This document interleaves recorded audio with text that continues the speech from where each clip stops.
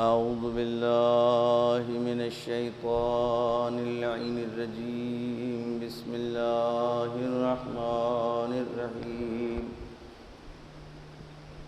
الحمد لله رب العالمين الصلاة والسلام على أشرف الأنبياء والمرسلين سيدنا ونبينا ومولانا أبي القاسم محمد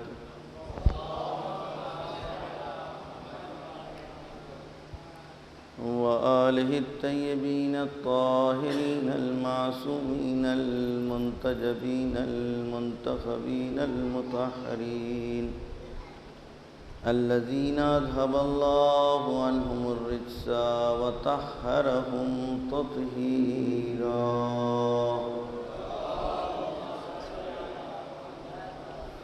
لا سيما بقية الله في الأرضين واللعن على أعدائهم أجمعين من يومنا هذا إلى قيام يوم الدين أما بعد فقد قال الله سبحانه تبارك وتعالى في محكم كتابه وقوله الحق بسم الله الرحمن الرحيم ولا تقولوا لمن يقتل في سبيل الله أموات بل أحياء ولكن لا تشعرون صلوات محمد.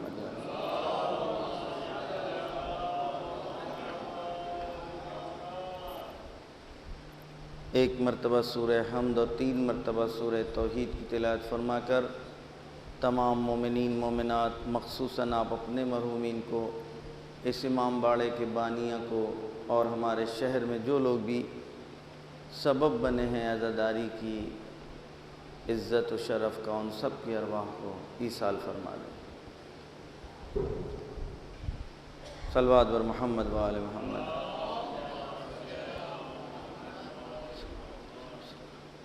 سخت گرمیوں کا سامنا ہے،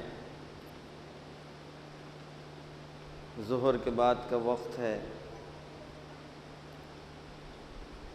ذمہ داری لیکن بہت بڑی ہے، وہ ہے کربلا کے سلسلے میں گفتگو. آنے والی نسلوں کے لیے، موجودہ جوانوں کے سامنے کربلا کے اوراق کی ورق گردانی،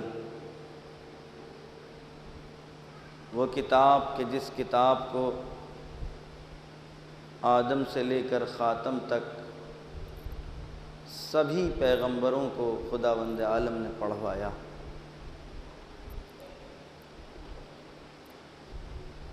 میں نے عرض کیا، ہر واقعہ چند جہتوں سے قابل اہمیت اور عظمت کا مالک ہوا کرتا ہے. اس کی گہرائی، اس کا پھیلاؤ، اس کی پرواز، اس کا پیغام خود صاحب واقعے کی جیسی شخصیت ہوتی ہے، اسی اعتبار سے اس سے رونما ہونے والے واقعات کی عظمت ہوتی ہے. ایک جہت یعنی واقعہ کا صاحب کردار اس واقعے میں کون ہے، کس کے ذریعے سے یہ واقعہ وابستہ ہے، کن لوگوں سے یہ واقعہ رونما ہوا ہے. اس کا مطلب ایک جہت خود وہ شخصیت ہے.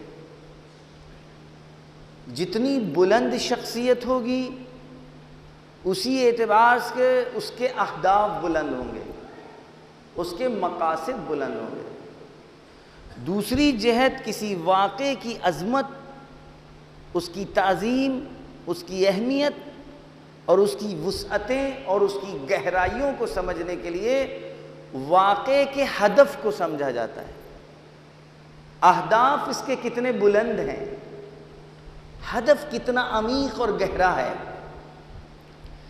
اگر اہداف مادی ہیں تو واقع کی گسترش، واقع کی وسعت، بلکہ لفظوں کو بدلیں، واقع کی محدودیت اسی مادے کی چار دیواری میں رہ کر کے اس واقعے کو سمجھا جائے گا۔ اس واقعے میں اتنا دم ہی نہیں ہے کہ ماورائے مادہ یا ماورائے زمان و مکان اس کی تحلیل یا تجزیہ کیا جائے۔ ہم اپنے جوانوں کے سامنے، بالکل سامنے کی مثال، ایک واقعہ ہم جیسے طالب علموں سے وابستہ ہے، مدرسے کا واقعہ، کسی کتاب مکتب کا واقعہ، کسی شہر میں جانے والا، جہاں ہم شہر مجالس پڑھنے جا رہے ہیں وہاں سے مربوط واقعہ، تو اس واقعے کی اہمیت، اس حادثے کی اہمیت اور عظمت جو رونما ہوا ہمارے ذریعے سے، وہ ہمارے اہداف کے ارد گرد رہے گا۔ ہم کہاں جا رہے تھے، کیوں جا رہے تھے، ہماری جیسی شخصیت ہے اسی اعتبار سے۔ اگر کوئی واقعہ وقت کے عالم دورہ سے مربوط ہو، اگر کوئی ہاں اور نہیں، کسی بات پر انکار اور کسی بات کا اقرار آیت اللہ العظمیٰ الخوئی سے مربوط اور وابستہ ہو، تو کیا اس ہاں اور نہیں کو آپ ہماری اور ہاں اور نہیں کی طرح سمجھیں گے اور اس کا تجزیہ و تحلیل ہوگا؟ آپ نے ہم کو کسی شہر میں بلایا، ہم نے اپنے محدود مقاصد دیکھے، اپنی محدود مشغولیتیں دیکھی، اپنے محدود اہداف دیکھے، ہم نے کہا نہیں بھائی میں نہیں آ پاؤں گا۔ کہیں سے مجھ کو دعوت ہوئی، میں چلا گیا اسی کے آس پاس علاقوں میں۔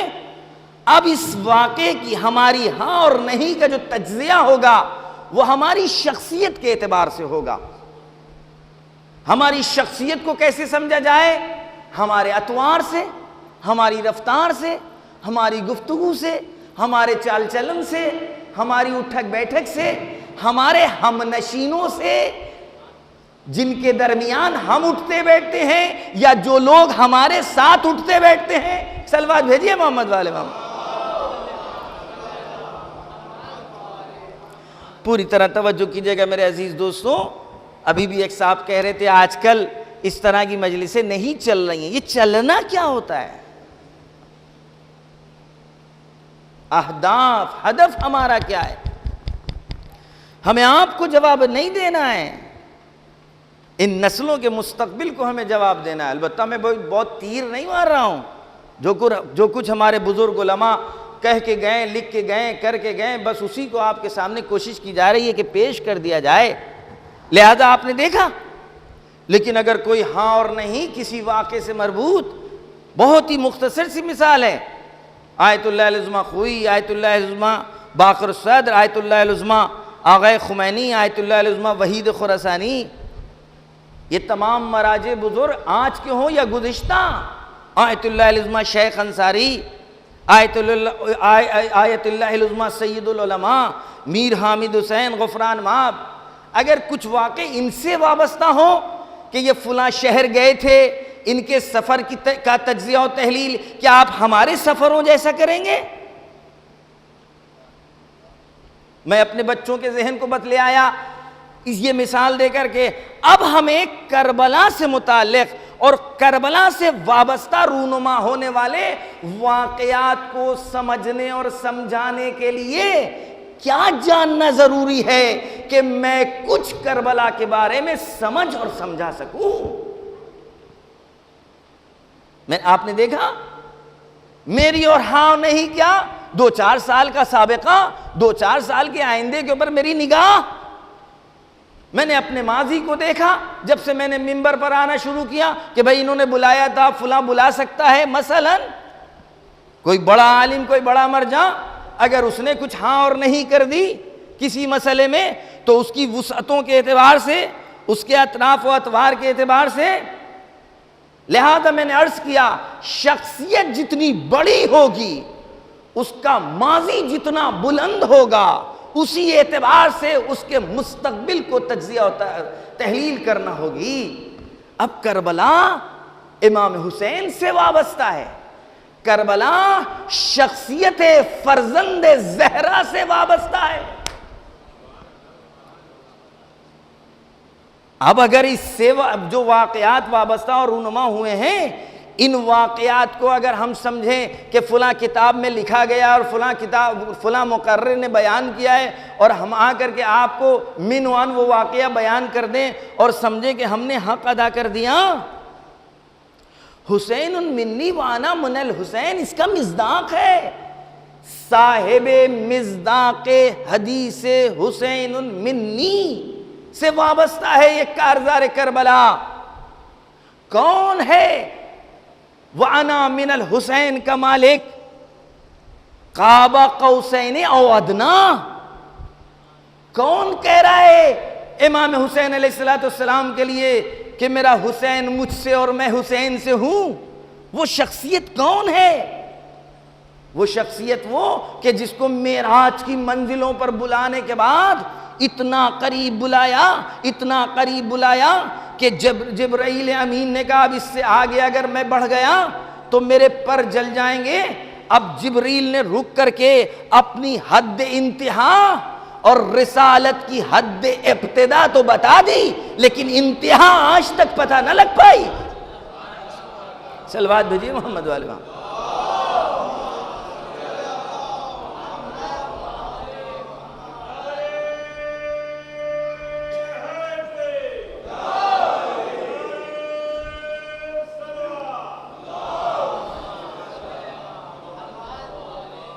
میرے عزیز دوستو، آج ہم مسلمانوں کی مشکلات کیا ہیں؟ ہم شکل و صورت میں گرفتار ہو کر کے رہ گئے، ہم طنز و تشنے و طعنوں میں گرفتار ہو کر کے رہ گئے، ہم تصویریں بناتے رہے، ہم کملی کا گویا مدح سرائی کرتے رہے، چادروں کے تذکرے کرتے رہے، ہم بالوں کے تذکرے کرتے رہے، ہم یہ سمجھے کہ کچھ ہم سے جیسے ملتے جلتے تھے، کچھ زیادہ پابند نماز صوم و صلات تھے، زہد و تقوی سے آراستہ تھے، انہوں نے آ کر کے ہم سب کو زہد و تقوی کی دعوت دی، جس کے نتیجے میں آج ہم ان تمام بیماریوں میں گرفتار ہیں۔ خداوند عالم نے محمد مصطفیٰ کی ابتدا کا تو اعلان کیا، اور میرے عزیز دوستوں، حضرت محمد مصطفیٰ کی شخصیت کی ابتدا آدم سے نہیں کروائی، موسیٰ سے نہیں کروائی، حضرت ابراہیم سے نہیں کروائی، حضرت اسماعیل سے نہیں کروائی، سلسلہ نبوت نے ابتدائے رسالت محمد مصطفیٰ کا اعلان نہیں کیا، بلکہ اپنی بارگاہ کا امین جبریل جو وحی کا رسول ہے، اس کے ذریعے رسول کی ابتدا منزلت اور شخصیت کی کہ اس سے آگے بڑھیں گے تو ہمارے بالوں پر جل جائیں گے، لیکن کہاں تک اس کی رسائی ہے؟ قرآن لفظوں کا استعمال کر کے بتلا رہا ہے کہ اس کی رسائی تک تم نہیں پہنچ سکتے۔ بقاب قوسین او ادنا کو جتنا سمجھ سکتے ہو، دو کمانوں کا فاصلہ یا اس سے زیادہ قریب، یعنی میرا بندہ اتنا مجھ سے قریب ہوا، اتنا قریب ہوا، اتنا قریب ہوا کہ دو کمان کا فاصلہ رہ گیا، اور یا اس سے بھی کم۔ اب خداوند عالم کہہ رہا یا اس سے کم، اب یا بربنائے شک نہیں ہو سکتا، بلکہ بربنائے بلندی محمد مصطفیٰ ایکسل۔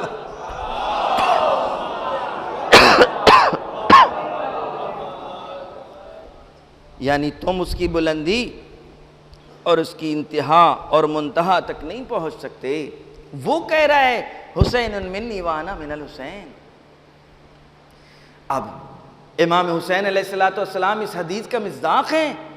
وانا من کہنے والا کون؟ فخر انبیاء۔ وانا من کہنے والا کون؟ کہ جس کی انتہا کی منزلوں کو آج تک بشریت سمجھ نہ پائی، بشریت تو دور ہے، خدا کی قسم ملک نہیں سمجھ سکا۔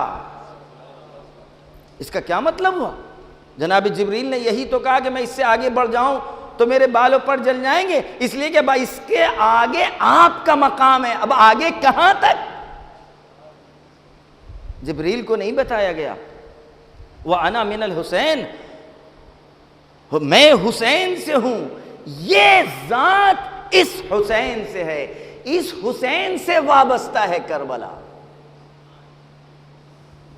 میرے عزیز دوستو، میں نے کل بھی آپ کے سامنے صرف جلدی بیان کر دیا تھا کہ قرآن میں جتنے قصے آئے ہیں اس قصے کی اہمیت، فضیلت، چاہے جناب آدم سے وابستہ ہو، چاہے جناب موسیٰ سے وابستہ ہو، چاہے جناب عیسیٰ سے مربوط ہو، چاہے جناب یوسف سے مربوط ہو، آپ تمام ان واقعات اور قصص قرآنی کو اٹھا کر کے دیکھیں، سب کے مشترکہ کچھ اہداف ہیں اور کچھ ہدف ایسے ہیں کہ جو مخصوص اس زمانے سے مربوط ہیں۔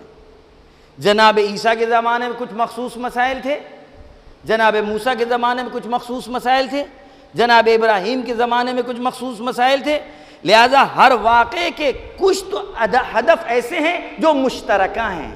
ہدایت بشری، ہدایت بشری، اصلاح امت، توحید کا پیغام، طاغوت سے اجتناب کرنے کی دعوت کہ دیکھو طاغوت سے اپنے آپ کو بچاؤ، اللہ کی توحید کا کلمہ پڑھو، اللہ پر بھروسہ و توکل رکھو، اور اس کے بعد کسی ابر قدرت سے نہ گھبراؤ۔ ایک صلوات بھیجیے محمد والے میں، ایک اور صلوات بھیجیے محمد والے میں۔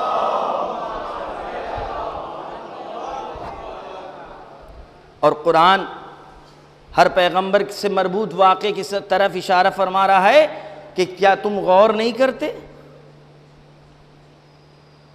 کانا عاقبۃ الذین من قبلہم، ان لوگوں کے انجام کو نہیں دیکھتے کہ جو اس سے پہلے تھے۔ یہ سب کچھ کیوں ہے؟ لعبرتن، تاکہ اس سے تم عبرت حاصل کر سکو۔ جناب یوسف کا پورا واقعہ بیان کرنے کے بعد قرآن آواز دے رہا ہے کان فی قصصہم عبرۃ لأولی الالباب، ہم نے اس واقعے کو بیان تو کر دیا لیکن ان تمام قصوں میں لوگوں کے لیے عبرت ہے۔ کون لوگ؟ جو صاحبان مغز ہیں، جو صاحبان عقل ہیں، جو صاحبان شعور ہیں۔ آپ نے دیکھا کہ قرآن کے مختلف قصے بیان کرنے کے بعد قصہ گوئی مقصد نہیں ہے بلکہ ایک پیغام کی طرف متوجہ کرنا ہے، اور اس میں درس بھی ہے اور عبرت بھی ہے۔ ایک صلوات بھیجیے محمد والے۔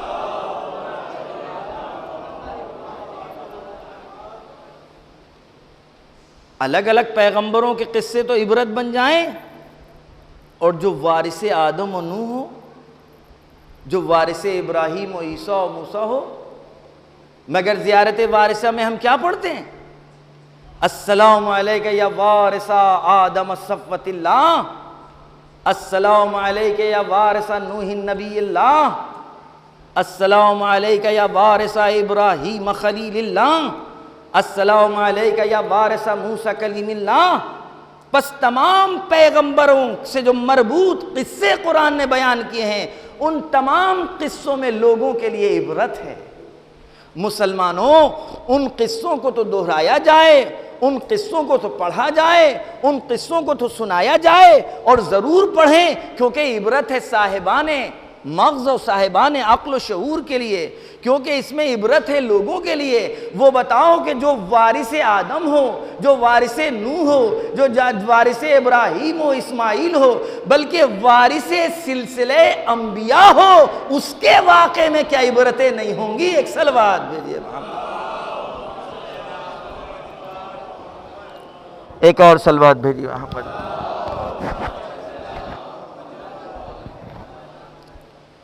قرآن نے کئی جگہ ارشاد فرمایا سیروا فی الارض، اولم یسیروا فی الارض، یہ لوگ زمین پر سیر نہیں کرتے؟ قل، ان سے کہو سیروا فی الارض، جاؤ زمین کی سیر کرو۔ اس آیت کے آخر میں جو جس چیز کی طرف اشارہ کیا جا رہا ہے وہ کیا ہے؟ وَكَانَ عَاقِبَةُ الَّذِينَ مِن قَبْلِهِمْ، اس لیے کہ جب یہ سیر کریں گے تو ان کو انجام کا پتہ لگے گا ان لوگوں کا جو ان سے پہلے گزر چکے ہیں۔ کان عاقبۃ المکذبین، جن لوگوں نے جھٹلایا ہے حق و حقانیت کو، رسول اور رسولوں کے پیغام کو جھٹلایا ہے، جائیں جا کر کے سیر کر کے دیکھیں تو تاکہ ان کو پتہ لگ جائے کہ ان کا انجام کیا ہوا۔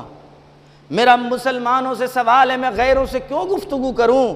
اس لیے کہ ہم جب ان سے گفتگو کریں گے تو ڈائریکٹ قرآن کی باتیں نہیں کریں گے، پہلے توحید کے ذریعے سے خالقیت اور ربوبیت اور الوہیت کے سلسلے میں گفتگو ہوگی، لیکن ہمارا خطاب اپنے آپ سے ہے، ہمارا خطاب ہم اپنے مسلمان بھائیوں سے ہے کہ آئیں دیکھیں تو آج یہ میرا انجام کیوں ہوا، اور آج اس انجام میں ہم کیوں مبتلا ہو گئے؟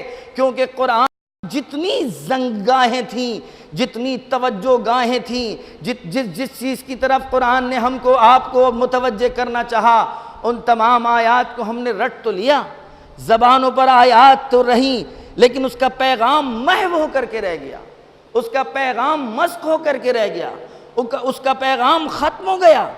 ہم پوچھنا چاہتے ہیں اولم یسیروا فی الارض قل سیروا فی الارض، جاؤ سیر کرو۔ یہ سیر زمینوں کی کرائی جا رہی ہے کہ پہاڑوں کی بلندیوں کی کرائی جا رہی ہے؟ کیا بہتے ہوئے جھرنوں کا حکم دیا جا رہا ہے کہ جاؤ بہتے ہوئے جھرنوں کا نظارہ کرو، جاؤ اونچا ہمالیہ جیسی بلند پہاڑیوں کا نظارہ کرو؟ کیا اس چیز کی طرف اشارہ کیا جا رہا ہے؟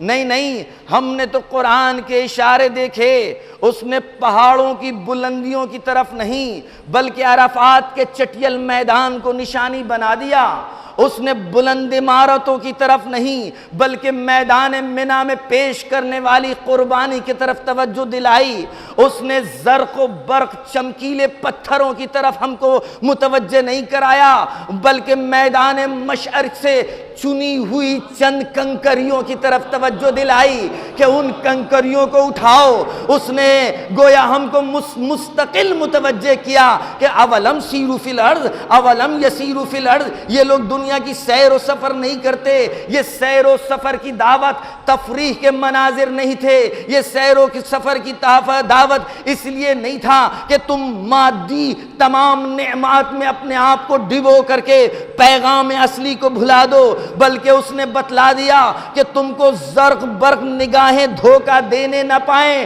چٹیل میدان میں میدان عرفات میں بھی جاؤ گے تو تم کو خدا نظر آئے گا، میدان منی میں بھی جاؤ گے کہ جہاں انسان میرا بندہ اپنی تمناؤں کو ذبح کر کے بارگاہ رب العزت میں اپنی قربانی کو قبولیت کا شرف دے دیتا ہے۔ صلوات بھیجیے۔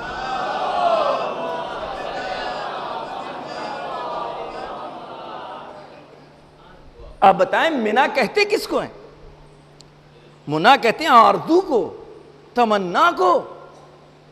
منی میں پیش کی جانے والی قربانی نشانی بن گئی، پہاڑ کی بلندیوں کی دعوت نہیں دی، مقام ابراہیم کے پیچھے 2 رکعت نماز پڑھنے کو کہا، یہ بھی تو پتھر اور وہ بھی تو پتھر، اس پتھر کی بلندی کچھ اور، اس پتھروں کی عظمت کچھ اور، لیکن وہ پتھر نشانی بن گیا مقام ابراہیم کی شکل میں کہ جس پتھر نے ولی خدا کا ساتھ دیا تھا۔ مقام ابراہیم کون سا پتھر ہے؟ وہ پتھر ہے کہ جس پتھر پر کھڑے ہو کر جناب ابراہیم نے کعبے کی تعمیر کی تھی، کعبے کی دیوار کو بناتے جاتے تھے اور یہ پتھر خود بخود اونچا ہوتا جاتا تھا، یعنی وہ پتھر بھی لائق تعریف و مدح بن جاتا ہے، بلکہ وہ پتھر آیت الہی بن جاتا ہے، نشانی پروردگار بن جاتا ہے کہ جس پتھر نے اپنے زمانے کے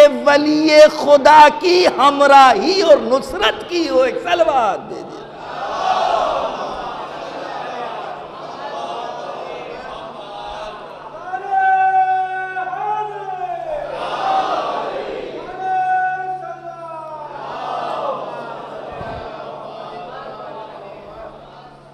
اب آپ بتائیں، یہ تمام ہمارے لیے آیات قرآن کہہ رہے ہیں آیتیں نشانیاں ہیں، تم جاؤ سیر کرو، سیر کر کے دیکھو کہ ان کا انجام کیا ہوا، ان سے تم پیغام دیکھو کہ کیا تم کو مل رہا ہے، کیا وہ لوگ باقی ہیں؟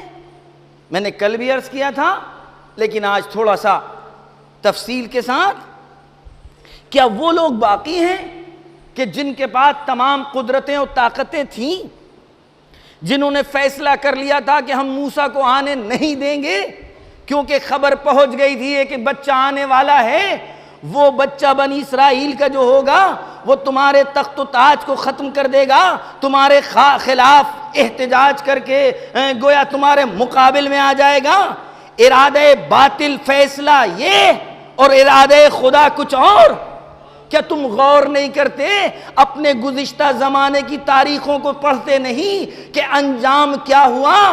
کیا وہ باقی ہے کہ جس نے طے کر لیا تھا کہ حق کو آنے نہیں دیں گے، یا وہ ختم ہو گیا، آیا وہی کہ جس کا اس نے فیصلہ کیا تھا؟ ایک سلوات بھیجیے۔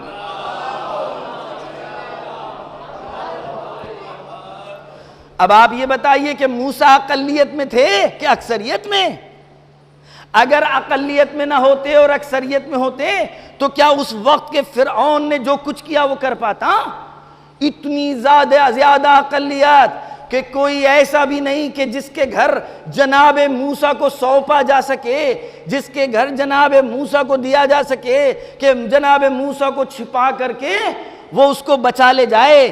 دریائے نیل کے حوالے کر دیا، حکم خدا آیا مادر موسیٰ کو، اے مادر موسیٰ اس کو تم گویا اس بہتے ہوئے دریا میں ڈال دو، انی رات دو، ہم اس کو پلٹائیں گے۔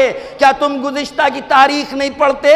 تم کو انجام کی پتہ نہیں؟ تم عبرت حاصل نہیں کرتے کہ ہم جب کبھی کوئی وعدہ کر لیتے ہیں تو جن پر تم کو تکیہ اور بھروسہ ہے وہ تو وعدے خلافی کر سکتے ہیں، لیکن اگر میرے وعدے کے اوپر توجہ کر لو تو نہ کبھی گزشتہ میں ہم نے وعدہ خلافی کی، نہ کبھی آئندہ وعدہ خلافی ہوگی۔ ایک صلوات پر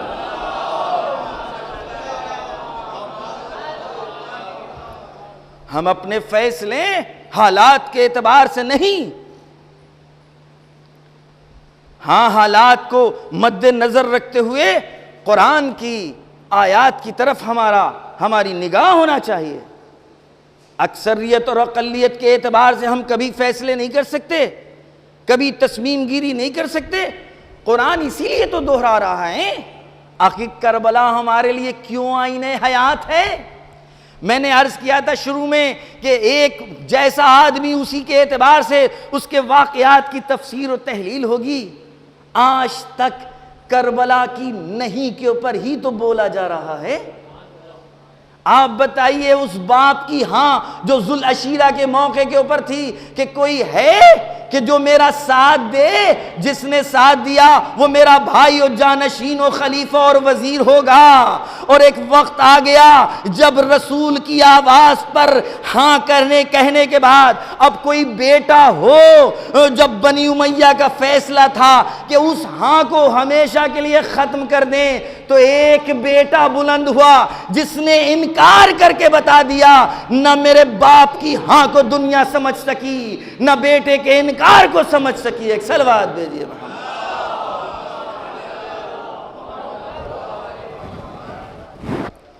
ہماری یہ تمام داستانیں کربلا سے مربوط اس لیے کہ اس پر تجزیہ و تحلیل کیا جائے، اس پر غور و خوض کیا جائے۔ کربلا سے مربوط چھوٹے سے چھوٹا ہونے والا واقعہ اور بڑے سے بڑا ہونے والا واقعہ ہمارے لیے عبرت بھی ہے اور ہمارے لیے درس بھی ہے۔ یہ جو کچھ بھی میں عرض کر رہا ہوں قرآن کے واقعات سے متعلق، یہ اس لیے ہے کہ ہم متوجہ ہو سکیں کہ قرآن مستقل کیوں تکرار کرا رہا ہے۔ آج جناب موسیٰ کا پیغام باقی ہے، آج جناب موسیٰ کی دعوت باقی ہے۔ قرآن نے کس طریقے سے اپنے وعدے کو نبھایا، اللہ اکبر۔ اگر اس قرآن کے ان وعدوں کے اوپر ہم کو پوری طرح یقین ہو جائے تو آج ہماری زندگیاں ایسی ہوں گی۔ آپ جناب موسیٰ کی تنہائی، جناب موسیٰ کی ماں کی تنہائی، جناب موسیٰ کی بہن کی تنہائی کے اوپر نگاہ ڈالیں اور اس کے بعد خداوند عالم کے ارادوں کی اور اس کے فیصلوں کے انجام کو دیکھ لیں، اور اس طرف جو اس وقت کی ابر قدرت تھی، سب سے بڑی طاقت تھی، اس کا فیصلہ یہ کہ موسیٰ آنے نہ پائیں، ادھر فیصلہ یہ ارادہ ہو چکا، اور جب ارادہ ہو جائے اس کا، اذا ارادہ شیئا ان یقول لہ کن فیکون، اگر اس نے کسی شے کا ارادہ کر لیا تو وہ تو ہونا ہی ہے نا۔ اب آپ دیکھ لیں کہ کس طریقے سے جناب موسیٰ کی بقا ہی نہیں بلکہ خداوند عالم نے کہا تو صحیح کہ خود تیری آغوش میں اس کو پلوا نہ دیں، اور خود تجھ کو بھی دعوت دیں کہ اب تک جو زندگی گزار رہا ہے وہ باطل زندگی ہے۔ ایک صلوات بھیجیے۔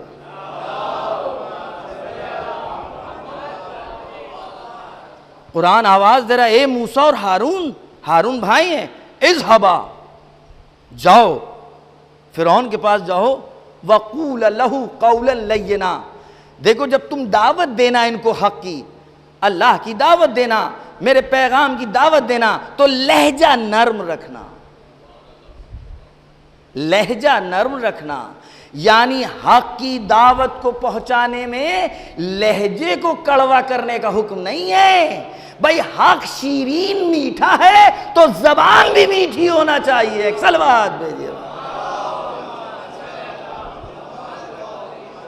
یہ سب کاہے کے لیے؟ یہ صرف ہم پڑھ لیں اور نکل جائیں؟ تانوں کے ذریعے سے کوئی پیغام پہنچایا جاتا ہے؟ طنز کے ذریعے سے کوئی پیغام پہنچائے آج تک؟ جناب موسیٰ سے کہا جا رہا ہے، آج تک ضرب المثل ہے، فرعون ہو رہے ہیں، فرعون زمانہ ہے، لیکن اس فرعون کے پاس خداوند عالم حکم دے رہا ہے، اے موسیٰ اور ہارون جاؤ ان کو دعوت دو، میرے بندے کو دعوت دو۔ جب اس کے پاس دعوت دینے جانا حق کی تو لہجے کو اور زبان کو ملائم رکھنا۔ مشہور ہے الحق مر، حق میٹھا ہوتا ہے، حق کڑوا ہے، ضرب المثل بن گئی، حق تو کڑوا ہوتا ہے۔ بتائیے آپ اس ضرب المثل کے ساتھ ہیں؟ ہم اس کو مان سکتے؟ الحق مر نہیں، یہ کنایا ہے، یہ استعارہ ہے کہ تم بیمار ہو اپنا علاج کرو، آخر تمہارے مزاجوں پر حق کڑوا کیوں لگ رہا ہے؟ آپ بتائیے، الحق مر، حق کڑوا، حق کڑوا نہیں ہے، تمہاری زبان میں کڑواہٹ ہے، تمہاری زبان میں تلخی ہے، تم کہیں سے مریض اور بیمار ہو، اس بیماری کا علاج کرو تو تمہیں مٹھاس کا پتہ لگے گا۔ ایک صلوات بھیجیے۔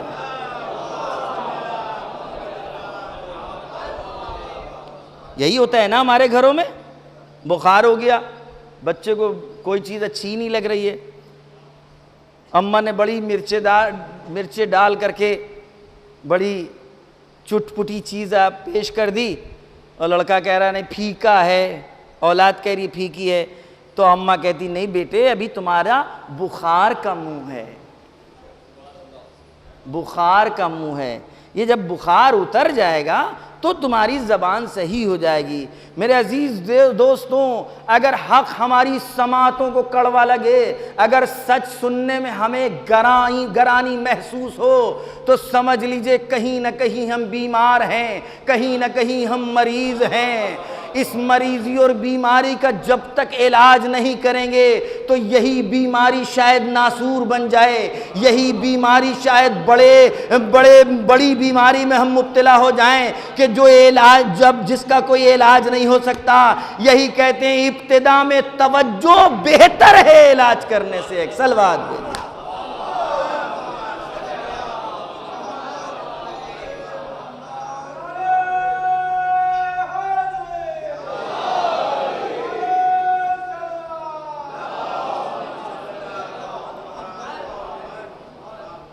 اور میرے عزیز دوستوں یاد رکھیے، اس کو ہمیں اپنے سے شروع کرنا ہوگا۔ معاشرہ اتنا گندا ہو چکا ہے، اتنا گندا ہو چکا ہے کہ جب ہم اس طرح کی بات کریں گے تو بہت لوگ کہیں گے بھائی صحیح بات ہے، یہ کوئی وقت تھوڑی نہ تھا یہ کہنے کا،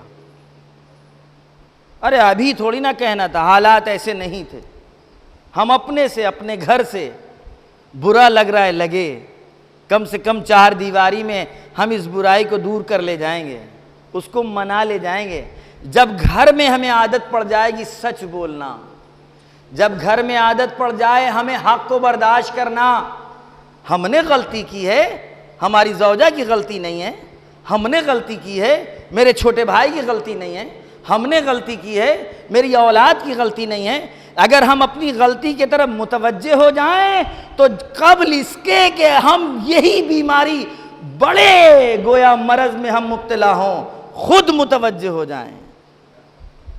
اگر ہم اپنے آپ سے، اپنے گھر سے شروع کریں گے تو کبھی بھی مختصر سی ہماری بیماری بڑے مرض میں تبدیل نہیں ہونے پائے گی۔ یہی وجہ ہے کہ قرآن آواز دے رہا ہے قوا انفسکم واہلیکم، رسول کو حکم ہو رہا ہے اپنے آپ کو بچاؤ پھر اپنے گھر والوں کو، یعنی جتنے پیغام ہیں وہ پیغام سب سے پہلے ہمارے لیے اور اس کے بعد ہم کو حکم ہے کہ اپنے گھر والوں کو۔ ایک صلوات بھیجیے محمد والے، ایک اور صلوات۔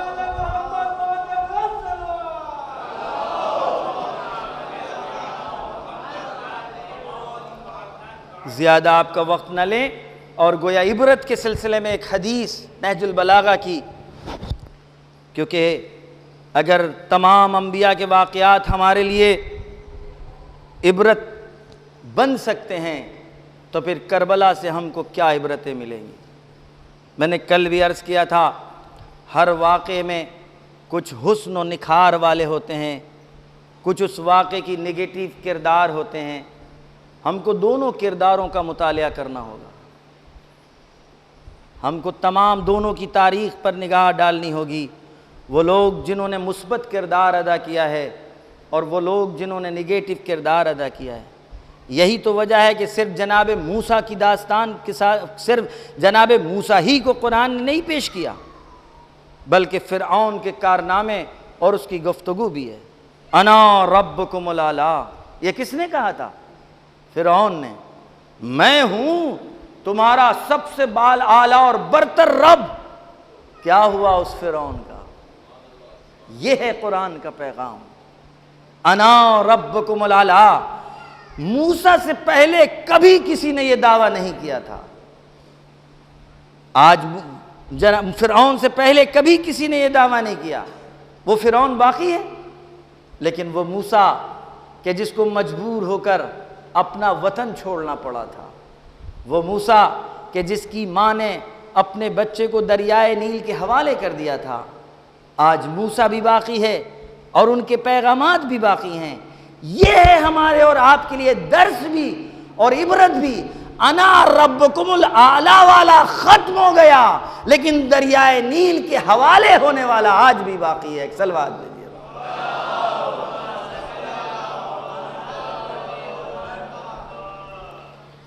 نہج البلاغہ میں علی ابن ابی طالب علیہ السلام ارشاد فرماتے ہیں،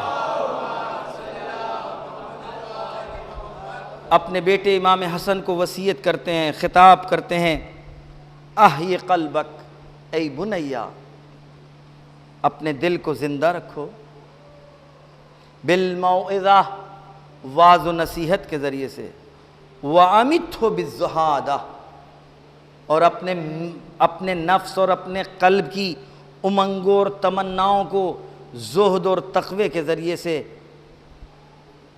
روکو، اس کو مار دو۔ وَأَعْرِضْ عَلَيْهِ أَخْبَارَ الْمَاضِينَ، اور اپنے نفس کو گزشتہ لوگوں کی اور اپنے قلب کو گزشتہ لوگوں کی تاریخوں کو دہراؤ، سناؤ، واقعات سناؤ کہ ان کے ساتھ کیا ہوا۔ اس کے بعد وَذَكِّرْهُ بِمَا أَصَابَ مَنْ كَانَ قَبْلَكَ، دہراتے رہو، تذکرہ کرو ان لوگوں کا جو تم سے پہلے تھے، من الاولین، حضرت آدم سے لے کر بعد تک، وَسِّرْ فِي دِيَارِهِمْ، جہاں جہاں وہ لوگ رہ رہے تھے، جس قرنوں میں ان کا سکون تھا، سکونت تھی، ان تمام کی سیر کراؤ، وَآثَارِهِمْ، اور ان کے آثار کی توجہ دلاؤ۔ جاؤ مصر کے کھنڈلوں میں دیکھو، جاؤ دنیا کے میوزیموں میں دیکھو جاؤ اس فرعون نمرون کی ان لاشوں کو دیکھو کہ جن کو کیمیکل کے ذریعے آج تک باقی رکھا ہے. میں تو کہتا ہوں خدا کا اس میں بھی ارادہ تھا، جو روح کو ختم کر سکتا تھا وہ بدن کو بھی ختم کر سکتا ہے. صلوات بھیجیے.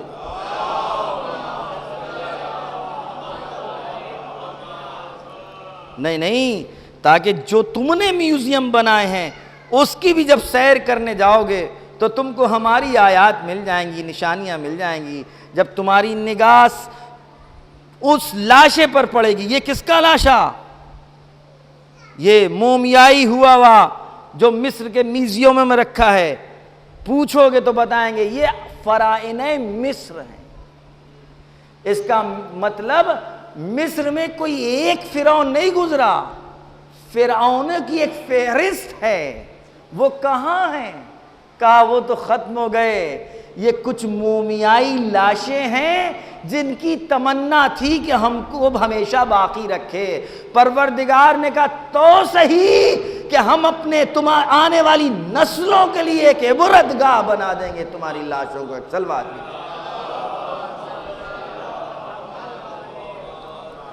وَسِرْ فِي دَيَارِهِمْ وَآثَارِهِمْ فَانْظُرْ فِيمَا فَعَلُوا. تم غور تو کرو انہوں نے کیا انجام دیا. وَأَمَّا انتقلوا، اور کہاں سے کہاں انہوں منتقل ہو گئے. وَأَيْنَ حَلُّوا وَنَزَلُوا، کہاں انہوں نے ڈیرا ڈالا، کہاں انہوں نے اپنی بستیاں بسائیں. فَإِنَّكَ تَجِدْهُمْ قَدْ انتقلوا عَنِ الْأَحِبَّةِ، تم ایسا ان کو پاؤ گے کہ جیسا کہ وہ لوگ اپنے عزیز و اقارب سے دور ہو رہے ہیں. وَحَلُّوا دَارَ الْغُرْبَةِ، اور ایک غربت گاہ میں انہوں نے پناہ لے رکھی ہے. وَكَأَنَّكَ عَنْ قَلِيلٍ، تھوڑا سا غور کرو گے تو ایسا لگے گا کہ تم خود انہی میں سے ایک ہو. اے بنیہ ان لم اکن قد امرتو، خدا کی قسم ہمارے لاکھوں درود و سلام ہو علی ابن ابی طالب کی ذات والا کے اوپر، کہ جس نے اس طریقے سے ہم کو اور آنے والی نسلوں کو متوجہ کیا. کیا اس سے پہلے کسی اور کا آپ نے بیان سنا اس طرح، یا اس کے بعد کسی نے بیان کیا؟ یا علی اور یا اولاد علی، اے بنیہ توجہ کیجئے گا. انی لم اکن قد امرت عمر من کان قبلی، میں ان لوگوں کے ساتھ نہیں رہا ہوں جو ہم سے پہلے تھے، ہم نے ان کے ساتھ زندگی نہیں گزاری ہے. فقط نظرت فی اعمالہم، البتہ ان کے کرتوتوں کو بہت غور و خوض سے پڑھا ہے، ان کے اعمال کو بہت توجہ سے دیکھا ہے. وفکرت فی اخبارہم، اور جو ان کے سلسلے میں اخبار اور روایتیں ہیں ان کے اوپر بہت زیادہ توجہ کی ہے. وسرت فی دارہم، جہاں وہ رہتے تھے ان دیاروں کی سیر کی ہے. حتی اتک احدہم، ایسا لگتا ہے ان کے اعمال پر غور و خوض کرنے کے بعد اور ان کو پڑھنے کے بعد کہ جیسے ہم خود ان میں سے ایک ہیں. حتی اتک احدہم بل کانی بما انتہا الیہ، بلکہ ایسا لگتا ہے یہ سارے واقعات ہم سے مربوط ہیں، ہمارے سامنے ہوئے. من امورہم قد امرت مع اولہم، ایسا لگ رہا ہے جیسے آدم کے ساتھ ہم تھے، موسیٰ کے ساتھ تھے، ابراہیم کے ساتھ تھے، عیسیٰ کے ساتھ تھے. یہ ہمیں اور آپ کو درس ہے، توجہ ہے، کیونکہ عبرت کی زبان استعمال کی جا رہی ہے. حقیقت تو یہ ہے کہ علی سب کے ساتھ تھے. صلوات دے.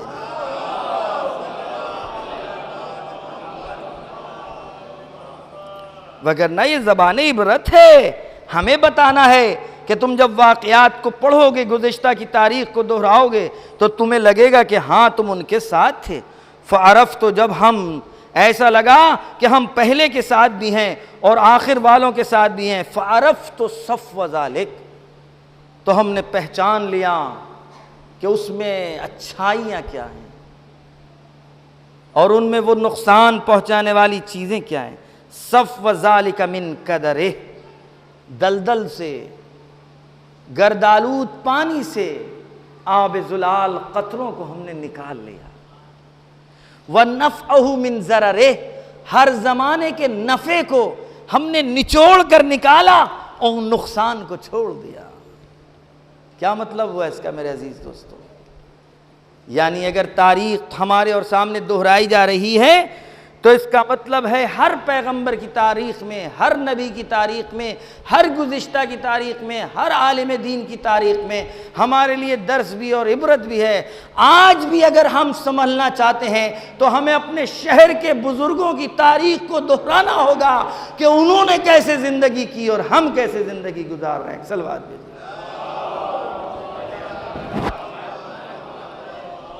ایک اور صلوات بھیجیے۔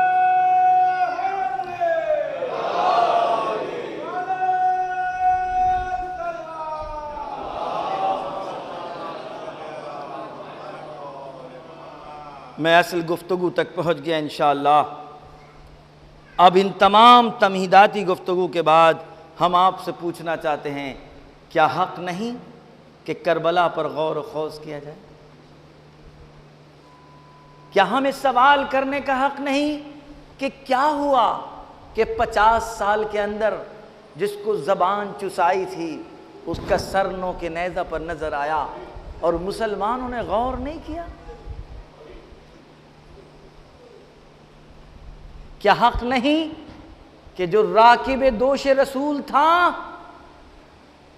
وہ زیر سم اسپا قرار پایا؟ مسلمانوں نے اپنے سے سوال نہیں کیا؟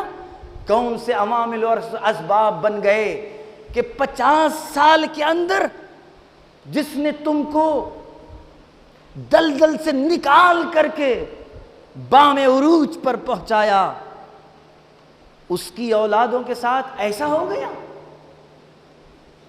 آج ہمارے سامنے کربلا ہے اور اسباب کربلا ہیں۔ ہمیں غور کرنا ہے کہ کہیں وہ اسباب کہ جن اسباب و عوامل کی بنا پر رسول کے 50 سال کے بعد ان کے گود کے پلے، ان کی زبان کے چوسے امتیوں نے بنام اسلام ذبح کر دیا۔ اگر ہم نے اس واقعے سے عبرت حاصل نہیں کی، اگر ہم نے ان واقعات سے درس حاصل نہیں کیے تو کوئی دور نہیں، سنت الہی میں کوئی تبدیلی نہیں ہے۔ خدا بدلتا نہیں جب تک کہ انسان خود اپنے آپ کو بدلنے پر آمادہ نہ ہو جائے۔ تو آج ہمارے سامنے بھی سنت ہائے رسول، نام اسلام، مقدسات دین اسلام اسی طریقے سے قربان کی جاتی رہیں اور ہم تماشائی بنے دیکھتے رہیں۔ اگر ہم نے عوامل اسباب پر غور نہیں کیا، اور جب عوامل اسباب پر غور کر لیں گے تو ہے کہ اس شہر کی گلی اور کوچوں کا گویا پھیرا لگا کر کے کہے کہ کوئی ہے جو ہمیں پناہ دے دے۔ جناب مسلم کے ہاتھوں پر بیعت کرنے کے بعد ادھر ابن زیاد وارد ہوتا ہے اور اس کی مکاریوں کے ذریعے، خوف اور تہدید اور ڈرانے اور لالچ، ان تمام ہیلوں کے ذریعے سے اس نے کوفے کو بالکل پلٹا دیا۔ شام کی نماز کے وقت تک، مغرب اور عشاء کی نماز کے وقت اب جناب مسلم ہیں اور کوئی باقی نہیں۔ مسلم مسجد کوفہ سے باہر آتے ہیں۔ مسجد کوفہ سے باہر آنے کے بعد کیونکہ اس شہر کے رہنے والے نہیں ہیں لہذا آپ کو راستہ بھی نہیں پتہ ہے۔ آپ مسجد شہر کوفہ کی گلیوں میں غریب الوطنی کی اعتبار سے چل پھر رہے ہیں۔ کہتے ہیں ایک ایسی گلی میں پہنچے جو گلی ایک طرف سے بند تھی۔ جناب مسلم اس گلی میں پہنچتے ہیں۔ طوع نام کی خاتون ہے، مومنہ ہے، لیکن اس کا بیٹا گھر سے باہر ہے کیونکہ ابھی لوٹا نہیں ہے۔ کوفے کے حالات بدل چکے ہیں، پراشو ماحول ہے۔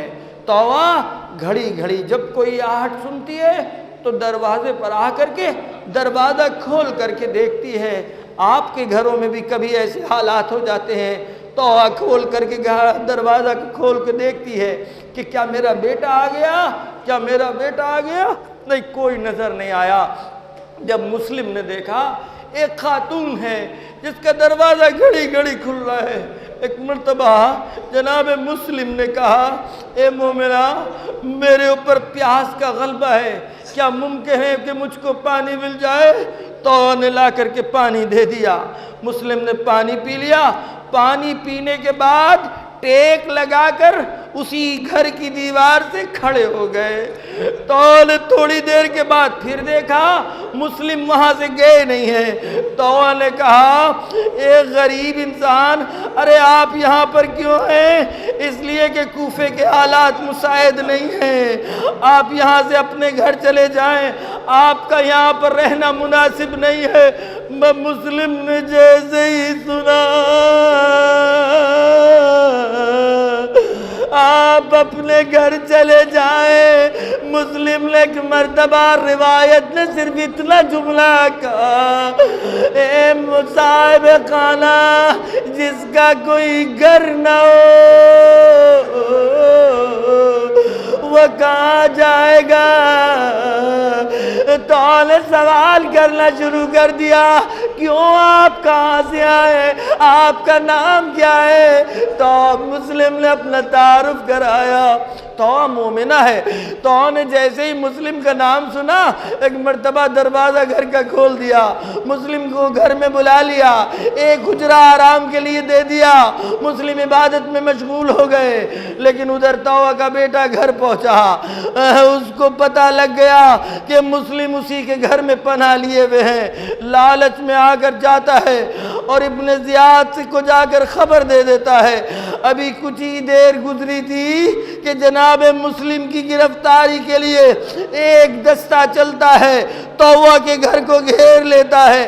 مسلم کو احساس ہو گیا کہ اب اس گھر کے اندر گھسائیں گے، یہ بنی ہاشم کا شیر، اس کی حمیت و غیرت نے گوارا نہیں کیا کہ میری خاطر کسی گھر کی بے آبروئی ہو۔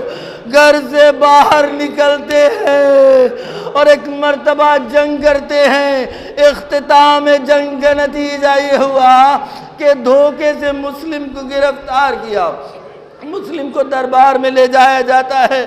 اب مسلم زخموں سے چور چور ہیں۔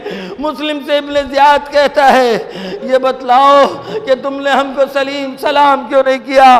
کہا میرا ایک ہی امیر ہے، ایک ہی امیر ہے جس کو ہم خط لکھ چکے ہیں۔ کہا ٹھیک ہے تم کو تو ہر حال میں قتل کیا جائے گا، یہ بتاؤ کہ تمہاری آخری وصیت کیا ہے؟ کہا میری دو وصیتیں ہیں، ایک تو یہ کہ اگر ممکن ہو میرے آقا کو کوئی کہلوا دے۔ ارے ہم نے کوفے کے بارے میں لکھا کہ کوفے کے حالات مناسب ہے، آپ آیا جائے، آئے میرا آقا چل دیا ہوگا، میں چاہتا ہوں کوئی خبر دے دے کہ نہیں آقا، ارے کوفے والوں نے دھوکہ دے دیا۔ ابن زیاد کہتا ہے یہ تو تمہاری بات پوری نہ ہو پائے گی۔